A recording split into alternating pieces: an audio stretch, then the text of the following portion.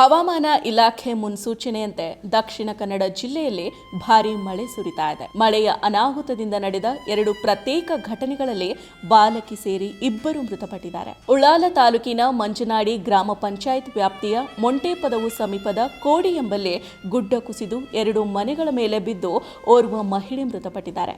ಮೃತ ಮಹಿಳೆಯನ್ನ ಪ್ರೇಮ ಅಂತ ಗುರುತಿಸಲಾಗಿದೆ.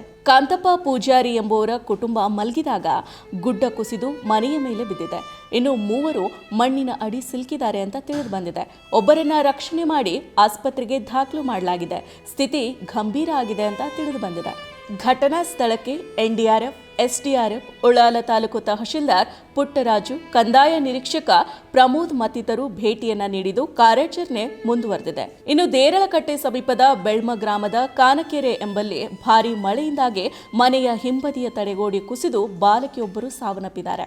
ಮೃತ ಬಾಲಕಿಯನ್ನ ಫಾತಿಮಾ ನಯೀಂ ಅಂತ ಗುರುತಿಸಲಾಗಿದೆ. ಕಾನಕೆರೆಯಲ್ಲಿರುವ ಮನೆಗೆ ಹಿಂಬದಿಯ ಗುಡ್ಡೆ ತಡೆಗೋಡೆ ಕುಸಿದು ಬಿದ್ದು ಮನೆಯ ಕೊಠಡಿಯ ಕಿಟಕಿ ಬಾಲಕಿ ಮೇಲೆ ಬಿದ್ದಿದೆ. ಕೂಡಲೇ ಬಾಲಕಿಯನ್ನ ಆಸ್ಪತ್ರೆಗೆ ದಾಖಲು ಮಾಡಲಾಗಿದೆ. ಚಿಕಿತ್ಸೆಗೆ ಸ್ಪಂದಿಸದೆ ಬಾಲಕಿ ಮೃತಪಟ್ಟಿದ್ದಾಳೆ ಅಂತ ತಿಳಿದು ಬಂದಿದೆ. ಮೊಂಟೇಪದವುನಲ್ಲಿ ಗುಡ್ಡ ಜರಿದು 3 ಮಣ್ಣಿನಡಿ ಸಿಲುಕಿಕೊಂಡಿದ್ದಾರೆ ಅನ್ನೋ ಮಾಹಿತಿ ಇದೆ. ಅಧಿಕಾರಿಗಳು ಈ ಬಗ್ಗೆ ಪರಿಶೀಲನೆಯನ್ನ ನಡೆಸ್ತಾ ಇದ್ದಾರೆ. ಉಳ್ಳಾಲ ತಾಲೂಕು ವ್ಯಾಪ್ತಿಯಲ್ಲಿ ಹಲವು ಮನೆಗಳು ಜಲಾವೃತಗೊಂಡಿದ್ದಾವೆ. ಜನಜೀವನ ಸಂಪೂರ್ಣವಾಗಿ ಅಸ್ತವ್ಯಸ್ತಗೊಂಡಿದೆ. ಕುಂಪಲ, ಕಲ್ಲಾಪು, ಧರ್ಮನಗರ, ಉಚ್ಚಿಲ, ತಲಪಾಡಿ, ವಿದ್ಯಾನಗರ, ಕಲ್ಕಟ್ಟ ಮುಂತಾದ ಕಡೆಗಳಲ್ಲಿ ಹಲವು ಮನೆಗಳು ಜಲಾವೃತಗೊಂಡಿದೆ. ಮನೆಯೊಳಗೆ ನೀರು ನುಗ್ಗಿದೆ. ಬಹಳಷ್ಟು ಕುಟುಂಬಗಳು ರಾತ್ರಿ ವೇಳೆ ಬೇರೆಡೆ ಸ್ಥಳಾಂತರಗೊಂಡಿದ್ದಾವೆ. ಕಲ್ಲಾಪುವಿನಲ್ಲಿ 50ಕ್ಕೂ ಹೆಚ್ಚು ಮನೆಗಳಿಗೆ ನೀರು ನುಗ್ಗಿದೆ. ತಲಪಾಡಿಯಲ್ಲಿ 1 ಮನೆಗೆ ನೀರು ನುಗ್ಗಿ ಹಾನಿಯಾಗಿದೆ.